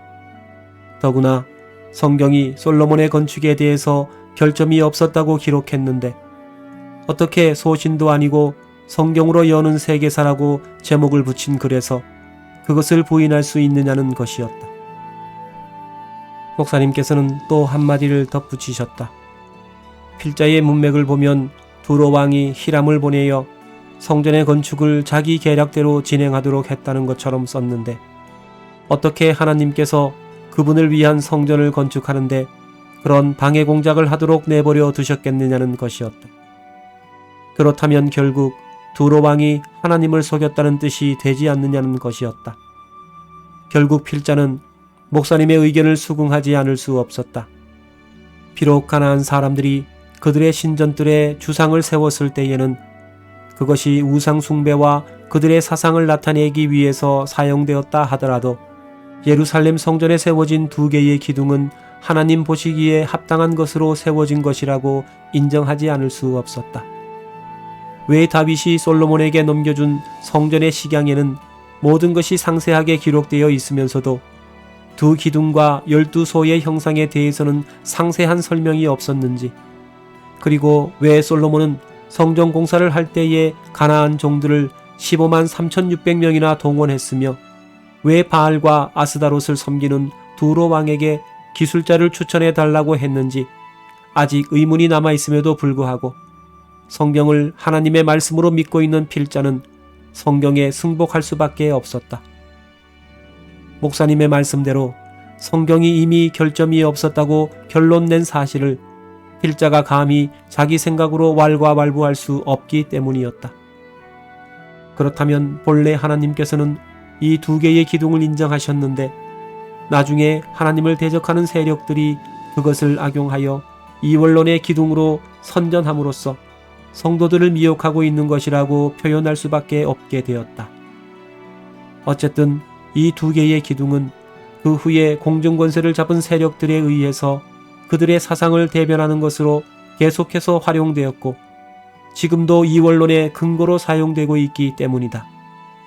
사실은 필자도 하나님께서 솔로몬의 성전을 인정해 주셨다는 점이 마음에 걸려서 8월호에 글을 쓸 때에도 이렇게 표현했었다. 비록 그 뜻이 좋았다고 하더라도 지금 루시퍼의 숭배자들은 이를 악용하고 있다. 그러나 목사님께서 지적하신 대로 하나님께서 인정하신 성전을 두로 왕의 계략 때문에 잘못 지어졌다고 말할 수는 없으므로 필자는 히람의 2 기둥에 나오는 다음과 같은 표현도 삭제하는 수밖에 없게 됐다. 그러므로 히람이 예루살렘 성전 앞에 2개의 기둥을 세운 것은 두로 왕의 면밀한 작전 지시에 따른 것이었다. 2개의 기둥이 이원론자들에 의해서 악용되고 있는 것은 사실이나 솔로몬의 성전에 야긴과 보아스의 이름으로 세워진 2개의 기둥은 문제가 없었으며 하나님께서 보시기에 합당하였던 것이라고 나는 생각을 바꾸는 수밖에 없게 되었다. 사실은 그동안 아무도 거론하지 않았던 이 문제를 꺼내면서 필자 자신도 어딘가 좀 거림직했었는데 목사님께서 시원하게 말씀해 주셔서 이제는 한결 마음이 가볍다. 말씀해 주신 목사님께 다시 한번 감사를 드리며 이 문제 때문에 독자들께서 혼란을 일으키시지 않도록 부탁드린다. 필자의 해명이 담긴 이 글은 앞으로 나오는 단행본에도 끼워 넣어서 독자 여러분의 오해가 없도록 할 생각이다. 무엇보다도 필자는 이런 필자의 소홀함 때문에 지면의 공신력에 적잖게 손상을 입게 된 신앙계에 죄송스럽게 생각하며 이 땅에 진정한 교회의 건축자로 오신 예수 그리스도의 사랑과 평강이 독자 여러분과 늘 함께 하시기를 기도드린다. 내가 이 나라를 찢으리라. 솔로몬이 두로의 기술자를 불러들여 건설된 성전을 봉헌했을 때 하나님께서는 솔로몬의 수고를 인정하시고 그 성전을 받아주시면서 한 가지 경고를 남기셨다. 만일 너희나 너희 자손이 아주 돌이켜 나를 쫓지 아니하며 내가 너희 앞에 둔 나의 계명과 법도를 지키지 아니하고 가서 다른 신을 섬겨 그것을 숭배하면 열왕기상 9장 6절 만일이라고 전제한 이 배반의 뒤에 오는 결과는 무서운 것이었다. 내가 이스라엘을 내가 준 땅에서 끊어버릴 것이요 내 이름을 위하여 내가 거룩하게 구별한 이 전이라도 내 앞에서 던져버리리니 이스라엘은 모든 민족 가운데 속담거리와 이야기거리가 될 것이며. 열왕기상 9장 7절. 이렇게 무서운 경고를 하셨는데도 불구하고 솔로몬 자신이 그 길을 택했던 것이다. 하나님께서 주신 지혜도 사람의 교만 앞에서는 아무런 보장이 안 된다는 것을 솔로몬의 사례가 증거해주고 있다. 하나님께서 주신 솔로몬의 영화가 어떠하였던가? 솔로몬의 1인분 식물은 가는 밀가루가 30석이요 굵은 밀가루가 60석이요 살찐 소가 10이요 초장의 소가 20이요 양이 100이며 그 외에 수사슴과 노루와 암사슴과 살찐 새들이었더라. 열왕기상 4장 22에서 23절. 뿐만 아니라 솔로몬의 전차대를 움직이는 말의 외양간이 4만이고 기병대만 1만 2천이라고 했으니 당시로서는 대단한 병력이 아닐 수 없었다. 그는 또 시위대의 방패 500개를 금으로 만들었고 자신의 보좌를 상아로 만들어서 금으로 입혔는데 보좌와 6층계를 두어 그 양쪽을 12사자상으로 장식하였다. 그뿐만이 아니었다. 솔로몬의 마시는 잔은 다 금이었고 왕궁 안의 모든 그릇들도 다 정금이었다. 그 지혜로운 솔로몬이 어떻게 해서 이렇게 황금의 중병에 걸리게 되었던 것일까? 그가 황금에 중독된 환자가 되어버린 것은 그 까닭이 있었던 것이다. 솔로몬은 성전을 준공한 다음 계속해서 자신의 왕궁을 건축하여 20년 만에 모든 공사가 겨우 끝났다. 20년이나 걸린 큰 공사에 두로왕 히람이 열심으로 협력했기 때문에 솔로몬은 그에 대한 보답으로 갈릴리 땅의 성읍 20을 하사했다. 그러나 평소에 늘 인내하며 충성을 가장하고 있던 히람이 이번만은 노골적으로 불만을 표시했다. 히람이 두로에 와서 솔로몬이 자기에게 준 성읍들을 보고 눈에 들지 아니하여 이르기를 나의 형이여 내게 준 이 성읍들이 이러하뇨 하고 이름하여 가불 땅이라 하였으니 그 이름이 오늘까지 있으니라. 열왕기상 9장 12에서 13절. 가불이란 가나안 말로 마음에 들지 않는다는 뜻이었다. 솔로몬이 처음부터 성전 건축에 두로 왕을 끌어들인 것도 잘못이었지만 그가 진심으로 자신을 존경하고 충성한다고 착각한 것은 더욱 큰 실수였다. 솔로몬의 이 인색한 보답으로 인하여 두로 왕의 솔로몬 때려엎기 작전은 더 가속화되었던 것이다. 두로 왕의 솔로몬 죽이기 전략은 참으로 놀라운 것이었다. 평소와는 다르게 노골적으로 불만을 표시하기까지 했던 두로 왕 히람의 다음 반응은 뜻밖에도 그에게 엄청난 황금을 바치는 것으로 나타났다. 히람이 금 120달란트를 왕에게 보내었더라. 열왕기상 9장 14절. 당시에 금 120달란트라면 엄청난 것이었다.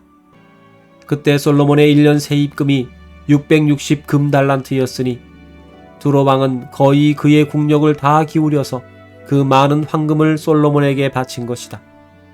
그것도 자신의 수고에 비하여 형편없는 성읍 20을 준 데 대한 감사의 표시로서였다. 그뿐만이 아니었다. 히람이 자기 종 곧 바다에 익숙한 사공들을 솔로몬의 종과 함께 그 배로 보내매 저희가 오빌에 이르러 거기서 금 420달란트를 얻고 솔로몬 왕에게로 가져왔더라. 열왕기상 9장 27에서 28절. 오빌의 위치는 아직까지도 학자들의 결론이 나오고 있지 않으나 70인역의 여러가지 헬라어 표기 중 하나가 소페이라로 되어 있고 플라비우스 요세푸스도 그의 유대 고대사에서 오빌을 인도의 소페레트로 기록하고 있는 것으로 보아 오빌은 인도의 수파라, 즉 지금의 bombay로 해석하는 것이 가장 타당할 것이다. 그렇다면 두로 왕은 솔로몬의 황금 구매 사절단을 인도까지 안내하여 오빌에 금을 실어 나르게 했다는 뜻이 되는 것이다. 두로는 가나안, 즉 페니키아의 최대 무역항이었고 두로의 상인들은 주징회의 상권을 장악하는 한편으로 홍해에도 그들의 선단이 있어서 인도로 진출하고 있었다. 또 히람은 솔로몬이 홍해의 에시온게벨에서 배를 건조하는 일에도 협력했는데 그가 홍해에서 배를 건조한 것도 그 배를 인도로 보내기 위해서였던 것이다. 뿐만 아니라 지중해 무역에 밝았던 히람은 솔로몬의 구매 사절단을 스페인까지 안내하였다. 왕이 바다에 다시스 배들을 두어 히람의 배와 함께 있게 하고 그 다시스 배로 3년에 1차씩 금과 은과 상아와 잔나비와 공작을 실어 왔음이더라. 열왕기상 10장 22절. 이 다시스는 스페인 남부에 있는 항구 타르테수스를 가리키는 것으로 광물의 교역이 활발한 곳이었다. 에스겔은 하나님을 반역한 두로가 다시스와 교역한 것을 밝히고 있다. 다시스는 각종 보화가 풍부하므로 너와 통상하였으며 은과 철과 상납과 납을 가지고 내 물품을 무역하였도다. 에스겔 27장 12절. 두로 왕이 이렇게 국력을 다 기울여가며 막대한 황금을 솔로몬에게 바쳤고 또 발벗고 나서서 인도와 스페인의 금을 사모으게 한 이유는 무엇이었을까? 이것이 바로 솔로몬이 자신을 무시한 데 대한 희한한 안갚음이었다. 솔로몬은 이로 인하여 황금광이 되었고 마침내 부귀의 눈이 어두워져 하나님을 배반하는 길로 치닫게 되었던 것이다. 솔로몬이 나이 늙을 때에 왕비들이 그 마음을 돌이켜 다른 신들을 좇게 하였으므로 왕의 마음이 그 부친 다윗의 마음과 같지 아니하여 그 하나님 여호와 앞에 온전치 못하였으니 열왕기상 11장 4절. 왕이 제일 먼저 섬기기 시작한 이방신은 바로 두로 사람들이 크레타 섬에서 최초로 만들었던 여신이며 두로의 수호신인 카르 즉 아스다롯이었다. 이를 보면 솔로몬을 타락하게 만든 왕비들의 뒤에도 역시 두로 왕의 끈질긴 공작이 있었다는 것을 짐작할 수 있다.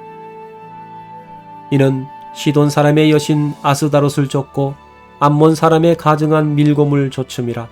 열왕기상 11장 5절. 그뿐만이 아니라 이제 솔로몬은 이방의 신들을 위하여 산당, 즉 그들의 신전까지 건축해 주었던 것이다. 모압에 가증한 그모스를 위하여 예루살렘 앞 산에 산당을 지었고 또 암몬 자손의 가증한 몰록을 위하여 그와 같이 하였으며 저가 또 이족의 후비들을 위하여 다 그와 같이 한지라. 저희가 자기의 신들에게 분향하며 제사하였더라. 열왕기상 11장 7에서 8절. 솔로몬은 완전히 가나안 사람과 똑같은 범실론자가 되어 예루살렘을 신들의 전시장으로 만들어버렸다. 말년에 그는 결국 적그리스도가 된 것이었다.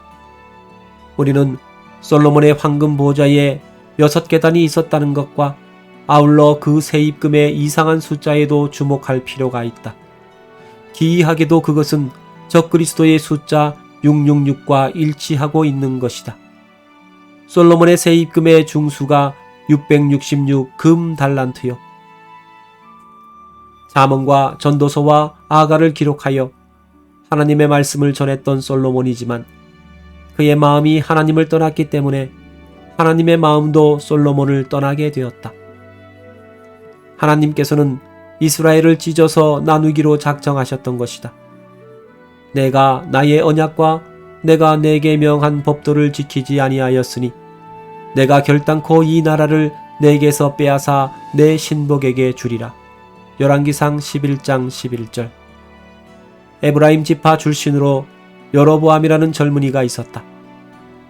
솔로몬은 다윗성을 수축할 때에 여로보암의 능력을 인정하여 요셉 구역의 감독을 맡겼는데 실로의 선지자 아히야가 그를 불러서 하나님의 말씀을 전하였다.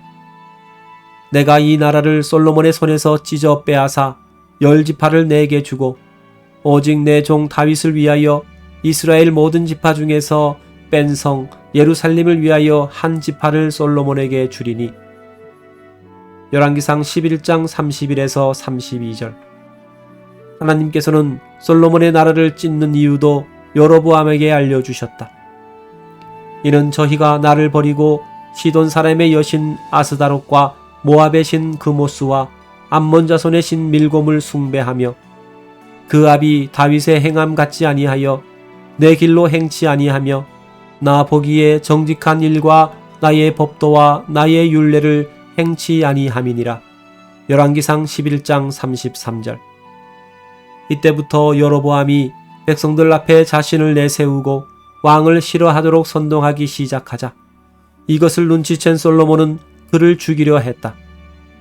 이 때문에 애굽 왕 시삭에게 도망하여 망명 생활을 한 여로보암은 솔로몬이 죽자 이스라엘 안에 있는 동조자들의 연락을 받고 즉시 귀국하여 세겜으로 간다. 세겜에는 이스라엘 각 지파의 지도자들이 모여 있었다. 솔로몬의 아들 르호보암은 그들이 자신을 왕으로 삼으려는 줄 알고 세겜으로 갔다. 그러나 세겜에서는 이미 여로보암이 이스라엘 회중을 대표하고 있었다. 여로보암과 회중은 르호보암에게 그들의 요구사항을 내놓았다. 왕의 부친이 우리의 멍에를 무겁게 하였으니 왕은 이제 왕의 부친이 우리에게 시킨 고역과 매우 무거운 멍에를 가볍게 하소서. 그리하시면 우리가 왕을 섬기겠나이다. 열왕기상 12장 4절. 르호보암은 암몬 출신의 왕비 나아마의 아들이어서 솔로몬은 평소에도 이 아들을 교육하는데 신경을 많이 썼던 모양으로 그는 아들을 교육하기 위해서 잠언의 앞부분을 쓰기도 했다. 잠언의 1장에서 7장 사이에는 내 아들아 하고 부르는 말이 12회나 나오고 있다. 여호와를 경외하는 것이 지식의 근본이오늘 미련한 자는 지혜와 훈계를 멸시하느니라. 내 아들아, 내 아비의 훈계를 들으며 내 어미의 법을 떠나지 말라. 잠언 1장 7에서 8절. 그러나 본래 아들은 아비의 교육보다는 그 행실을 먼저 담는 법이다. 솔로몬은 그토록 자식의 교육을 위해 마음을 썼으나 르호보암은 그 아비의 교훈보다는 아비의 미련한 행실을 본받는 데 힘썼다. 르호보암이 아내 18명과 첩 60명을 취하여 아들 28명과 딸 60명을 낳았으나 압살롬의 딸 마아가를 모든 처첩보다 더 사랑하여 마아가의 아들 아비야를 세워 장자를 삼아 형제 중에 머리가 되게 하였으니 저로 왕이 되게 하고자 함이라. 역대하 11장 21에서 22절. 다윗의 아내 중 압살롬의 모친 마아가는 가나안 사람인 구슬 왕 달메의 딸이었다. 그러므로 외조모의 이름을 물려받은 압살롬의 딸 마아가에게도 역시 가나안 여자의 피가 흐르고 있었으니 그 아들 아비야에게 모친이 좋은 영향을 줄 수가 없었던 것이다. 어쨌든 르호보암의 형편이 이러했기 때문에 백성들의 존경을 못 받았을 것은 당연한 일이었다. 르호보암은 세겜에서 여로보암과 회중의 요구를 받고 솔로몬 때의 신하들을 불러 의견을 들었는데 그들은 백성을 섬기는 자세로 위로해 주라고 권했다. 그러나 그와 함께 자라난 젊은이들은 오히려 불평하는 자들을 더 탄압하라고 충고했는데 르호보암은 후자를 택했다. 왕이 포악한 말로 백성에게 대답할세 노인의 교도를 버리고 소년의 가르침을 조차 저희에게 고하여 이르되 내 부친은 너희의 멍에를 무겁게 하였으나 나는 너희의 멍에를 더욱 무겁게 할지라. 내 부친은 채찍으로 너희를 징치하였으나 나는 전갈로 너희를 징치하리라. 열왕기상 12장 13에서 14절. 그 대답을 기다리고 있었다는 듯이 이스라엘 중 10지파가 즉시 르호보암을 내버렸다. 우리가 다윗과 무슨 관계가 있느냐? 이새의 아들에게서 업이 없도다. 이스라엘아, 너희의 장막으로 돌아가라. 다윗이여, 너는 이제 내 집이나 돌아보라. 열왕기상 12장 16절. 이렇게 하여 르호보암을 배반하고 북으로 돌아간 10지파는 여로보암을 왕으로 삼아서 북왕국을 건설하였고 르호보암은 유다 지파와 베냐민 지파만을 거느린 남왕국의 왕이 되었던 것이다. 여기서 우리가 또 생각해야 할 것은 예루살렘의 성전 공사를 하던 15만 3,600명의 가나안 종들이 어떻게 되었을까 하는 것이다. 성전 공사를 주도하면서 기세가 올라있던 가나안 사람들은 계속되는 축성 공사에 동원되어 다른 이스라엘 사람들과 마찬가지로 팽배한 불만 속에 살고 있었을 것이다.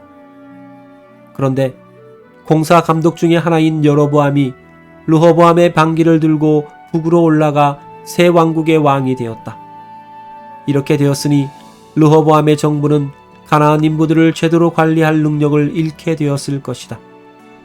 평소에도 솔로몬에 대한 복수를 다짐하는 두로 왕의 은밀한 지원을 받고 있던 가나안 인부들은 왕국이 분열하는 혼란기를 틈타서 여로보암을 따라 북으로 올라갔을 것이다. 북으로 올라간 가나안 사람들은 두로 왕과 연합하여 북이스라엘 정권에 강력한 영향력을 행사하게 되었다. 그 대표적인 사례가 바로 북왕국의 왕인 아합 왕이 시돈 왕의 딸인 이세벨을 왕비로 맞았던 일이었다. 이것은 바로 시돈과 그 실세인 두로가 북이스라엘에 대하여 얼마나 강력한 영향력을 가지고 있었는가 보여준 사건이었던 것이다. 어쨌든 이렇게 하여 솔로몬의 타락 때문에 하나님의 나라는 둘로 찢어지고 두로 왕이 노렸던 대로 남북왕국은 모두 타락의 길을 걷기 시작했다. 겨우 남은 두 지파를 거느린 남왕국의 르호보암은 북왕국의 레위 지파 제사장들이 돌아오면서 점차 안정된 세력을 구축하였으나 그는 결국 자신의 아비인 솔로몬의 길을 따라 걸으며 하나님을 배반하게 되었다. 르호보암이 나라가 견고하고 세력이 강함에 여호와의 율법을 버리니 온 이스라엘이 본받은지라. 역대하 12장 1절. 사망의 방으로 내려가다. 이스라엘 12지파 중 10지파의 지지를 얻은 여로보암은 솔로몬의 아들 르호보암이 선무사로 보낸 아도니람을 죽이고 세겜에서 이스라엘의 왕이 되었다.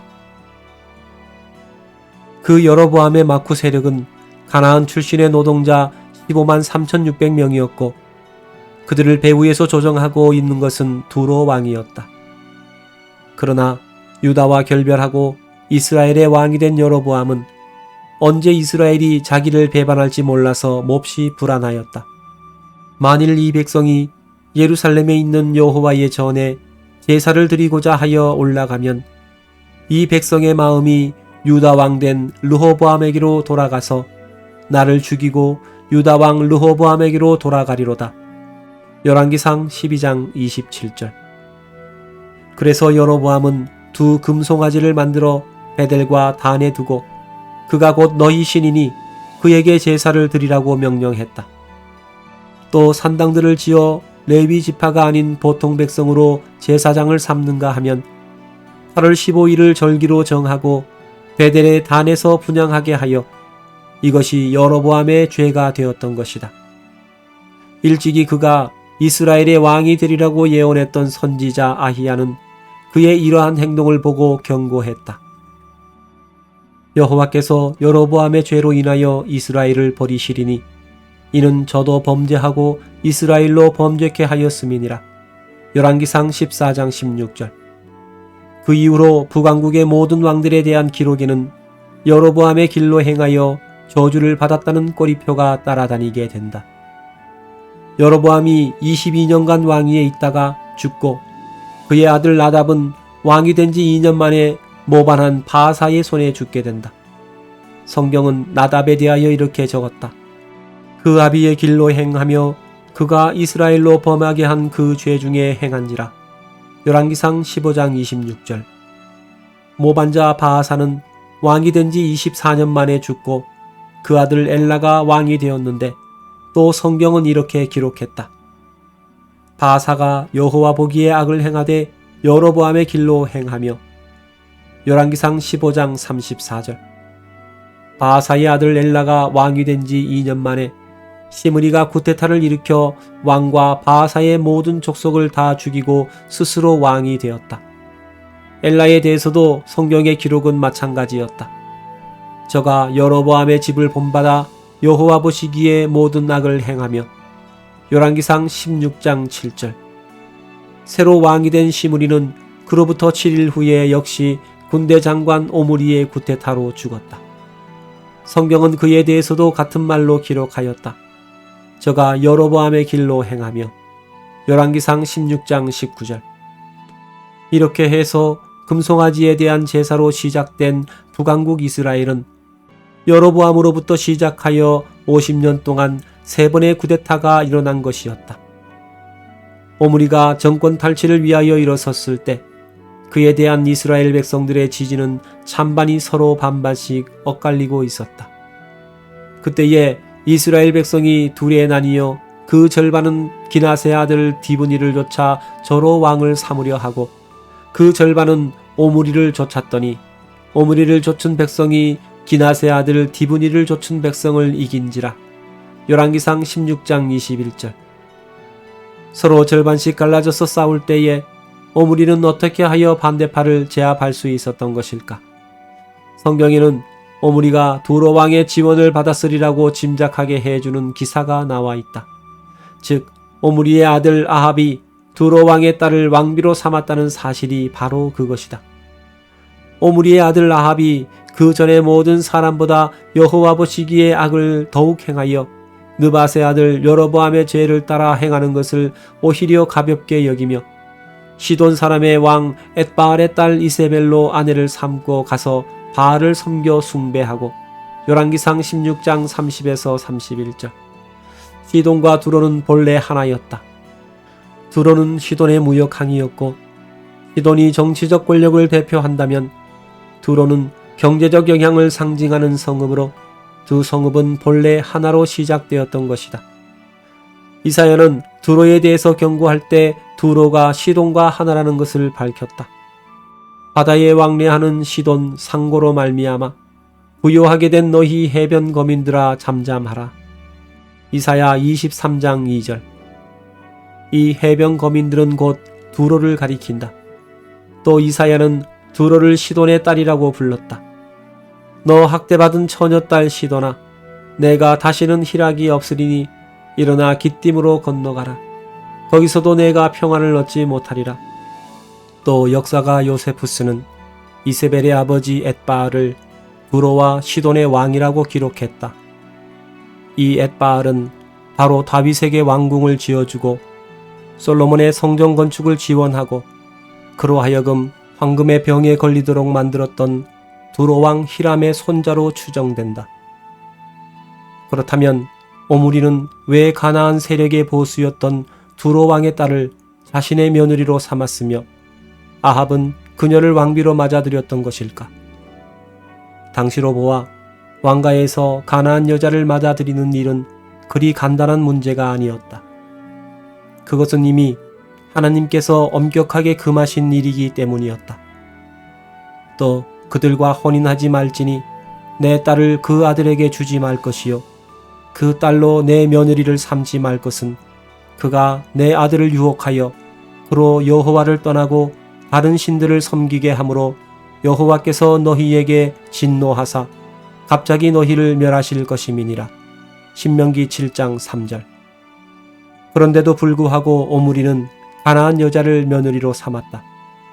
평민도 아니고 왕가에서 이런 일이 생긴 것은 뭔가 불가피한 사유가 있기 때문이었을 것이다. 오므리는 두로왕 엣바알에게서 무엇인가 상당한 빚을 졌으며 그 때문에 압력을 받았을 것이다. 그것은 말할 것도 없이 그가 집권하는 과정에서 생긴 경제적, 군사적 지원이었을 것으로 짐작된다.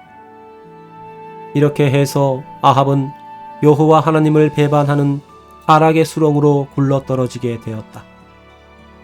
그는 자신의 부친 오므리가 새로 건축한 도성 사마리아에 바알의 신전을 건축하였고 아세라의 목상을 세웠다. 그것은 모두 가나안 여자 이세벨의 요구 때문이었다. 예로부터 아합과 같이 스스로 팔려 여호와 보시기에 악을 행한 자가 없음은 저가 그 아내 이세벨에게 충동되었음이라. 열왕기상 21장 25절. 본래 두로 사람들은 하나님을 배반하여 최초로 음란의 여신 아스다롯을 만든 장본인들이었다. 그러나 사람들이 하나님의 징계로 인하여 거듭되는 재난 속에 점차 음란과 타락의 문화에 염증을 느끼기 시작하자 재빨리 풍요와 다산의 상징인 모신 아세라를 만들고 다시 농사의 신으로 그 남편 바알을 만들었던 것이다. 바알이라는 이름의 뜻은 주인 또는 남편이라는 뜻으로 나와 있다. 우가린 문서에는 가나안 사람들의 신도 본래 엘, 즉 하나님으로 되어 있었다. 어머니 신을 새로 만들어낸 가나안 사람들은 그녀가 엘의 아내라고 선전했다. 그러나 어느 틈에 다시 바알이 나타나 엘을 몰아내고 스스로 가나안의 주인이 되었던 것이다. 이것은 바벨론의 세미라미스가 니무롯의 아들 담무스를 니무롯의 환생이라고 하여 그와 결혼한 사건과 똑같은 모델이 되고 있다. 바벨론에서는 이 담무스를 농사의 신으로 모셨는데 그는 겨울에 죽고 봄에 소생하며 그의 우상은 황소의 형상으로 만들어졌다. 여호와의 전으로 들어가는 북문에 이르시기로 보니 거기 여인들이 앉아 담무스를 위하여 애곡하더라. 에스겔 8장 14절. 그런데 바알도 역시 엘의 아들로서 그 어머니 격인 아세라의 남편이 되었으며 가뭄 때에 죽고 비가 올 때에 소생한다. 그리고 바알도 황소의 뿔로 장식한 투구를 쓰고 있는 농사의 신이다. 바알의 소생을 위한 제사에서도 아스다롯을 위한 제사와 마찬가지로 어린아이를 불태워서 바쳤고 바알의 소생을 경축하는 축제에서는 음란한 낭교가 자행되었다. 또 그들이 바알을 위하여 산당을 건축하고 자기 아들들을 바알에게 번제로 불살라 드렸나니 예레미야 19장 5절. 바알이 하나님의 자리를 찬탈하기 위하여 만들어낸 신이기 때문에 하나님은 소와 송아지의 우상을 가장 미워하셨으며 예레미야는 백성들뿐만 아니라 지도자들까지도 바알에게 빠진 데 대하여 엄중하게 경고했던 것이다. 내가 어찌 말하기를 나는 더럽히지 아니하였다. 바알들을 쫓지 아니하였다 하겠느냐. 골짜기 속에 있는 내 길을 보아라. 내가 행한 바를 알 것이니라. 예레미야 2장 23절. 아합이 이렇게 바알과 아세라를 섬기도록 만든 이세벨은 또 그녀 나름대로 이스라엘의 신을 없애기 위한 일을 시작했다. 요세푸스는 이세벨에 대하여 이렇게 쓰고 있다. 이세벨은 활동적이고 대담한 여인으로서 벨루스라고 부르는 두로의 신을 위한 신전을 짓고 각종 나무를 심고 이 신을 섬기는 제사장들과 거짓 선지자들을 임명할 정도로 온갖 부정과 사악을 서슴지 않았다. 유대 고대사 13장 1절. 여기서 벨루스라는 신은 바벨론의 벨 신을 로마식으로 표기한 것이며 벨은 바알과 같은 신이었다. 이세벨은 바알의 제사장들을 임명하면서 여호와의 선지자들과 제사장들을 모두 살해하였다. 이세벨이 여호와의 선지자들을 멸할 때에 오바댜가 선지자 100인을 가져 50인씩 굴에 숨기고 떡과 물을 먹였었더라. 열왕기상 18장 4절. 아합과 이세벨이 하는 일이 이와 같으니 하나님께서 이를 그대로 두실 리 없었다. 선지자 엘리야는 이스라엘에 수년 동안 비와 이슬이 그치리라는 경고를 남기고 그 자취를 감추었다. 3년간의 가뭄 끝에 모든 물 근원이 말라 고통이 극에 달하였을 때에 엘리야가 다시 나타났다. 미간을 찌푸린 아합이 그를 힐난했다. 이스라엘을 괴롭게 하는 자여 너냐? 내가 이스라엘을 괴롭게 한 것이 아니라 당신과 당신의 아비의 집이 괴롭게 하였으니 이는 여호와의 명령을 버렸고 당신이 바알들을 쫓았음이라. 열왕기상 18장 18절. 엘리야는 왕에게 바알의 선지자 450명과 아세라의 선지자 400명을 갈멜산에 집합시키도록 말했다. 또 엘리야는 이스라엘 백성들에게 여호와 하나님과 바알 사이에서 머뭇거리지 말라고 결단을 촉구했다. 너희가 어느 때까지 두 사이에서 머뭇머뭇하려느냐? 여호와가 만일 하나님이면 그를 쫓고 바알이 만일 하나님이면 그를 쫓을지니라. 열왕기상 18장 21절. 이렇게 하여 갈멜산의 결전은 시작되었다. 엘리야는 두 송아지를 가져다가 잡게 하고 그와 바알의 선지자들이 각각의 제단에 하나씩 올려놓게 한 다음 말했다. 너희는 너희 신의 이름을 부르라. 나는 여호와의 이름을 부르리니 이에 불로 응답하는 신 그가 하나님이니라. 열왕기상 18장 24절. 그러나 바알의 제사장들은 아침부터 저녁까지 부르짖고 날뛰어도 아무런 응답도 받지 못했다. 그러나 엘리야는 오히려 제물과 나무에 12통의 물을 붓게 하고 그가 기도하자 여호와의 불이 내려 제물과 나무와 돌과 흙까지 다 태우는 놀라운 일이 일어났던 것이다. 놀라서 엎드린 백성들에게 엘리야가 명령했다. 바알의 선지자를 잡되 하나도 도망하지 못하게 하라.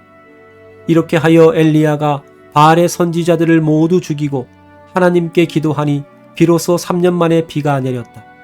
그러나 엘리야에게 앙심을 품은 이세벨은 그를 잡아 죽이기 위하여 추격하기 시작했다. 이렇게 하여 마침내 아합에 대한 하나님의 징계가 떨어지는 것이다. 아합과 이세벨이 나봇을 죽이고 그의 포도원을 빼앗았을 때 하나님의 사형 선고가 내려졌다. 개들이 나봇의 피를 핥은 곳에서 개들이 내 피, 곧 내 몸의 피도 핥으리라. 열왕기상 21장 19절. 또 이세벨에 대해서도 같은 판결이 떨어졌다. 개들이 이스라엘 성 곁에서 이세벨을 먹을지라. 아합에게 속한 자로서 성읍에서 죽은 자는 개들이 먹고 들에서 죽은 자는 공중의 새들이 먹으리라. 열왕기상 21장 23절. 이스라엘 성은 아합의 별궁이었다. 아람에 대항하기 위해 남왕국 유다와 동맹을 맺고 그 딸 아달랴를 유다 왕 여호사밧의 아들 여호람에게 시집보냈던 아합은 BC 853년 아람과의 전쟁이 재개되자 유다 왕 여호사밧과 함께 남북 연합군을 이끌고 나아가 싸우다가 적군의 화살에 맞아서 죽었다. 아합이 왕의 자리에 있은 지 22년 만이었다. 병사들이 아합 왕의 전차를 사마리아 못에서 씻을 때 거기 고여있던 왕의 피를 개들이 와서 핥았으니 엘리야가 경고한 대로 된 것이었다. 하나님으로부터 지혜를 받은 솔로몬이 여자에게 팔려서 이스라엘을 두 동강이 되게 하더니 아합은 또 음녀 이세벨에게 팔려 그 명을 재촉하였고 이는 모두 솔로몬이 잠언을 쓰면서 예감했던 대로 된 셈이었다. 내 마음이 음녀의 길로 치우치지 말며 내 길에 미혹지 말지어다. 대저 그가 많은 사람을 상하여 엎드리게 하였으니 그에게 죽은 자가 허다하니라. 그 집은 음부의 길이라 사망의 방으로 내려가느니라. 잠언 7장 25에서 27절. 아합이 죽은 후 그의 아들 아시야가 왕이 되었으나 그도 또한 여로보암의 길로 행하다가 2년 만에 왕궁 누각에서 떨어져 죽고 아합의 다음 아들 요람이 왕이 되었다. 그리고 그 요람이 왕이 된 지 12년에 선지자 엘리사의 기름 부음을 받은 님시의 손자 예후가 반란을 일으켰던 것이다. 이스라엘로 진격하던 예후는 나봇의 포도원에서 요람을 만나 그를 활로 쏘아서 죽였고 다시 이스라엘 성으로 들어갔을 때 왕궁의 내시가 이세벨을 창밖으로 내던졌다. 개들이 그 시체를 먹어버려서 사람들이 그 시체를 장사하려고 가보니 두골과 발과 손바닥만 남아 있었다.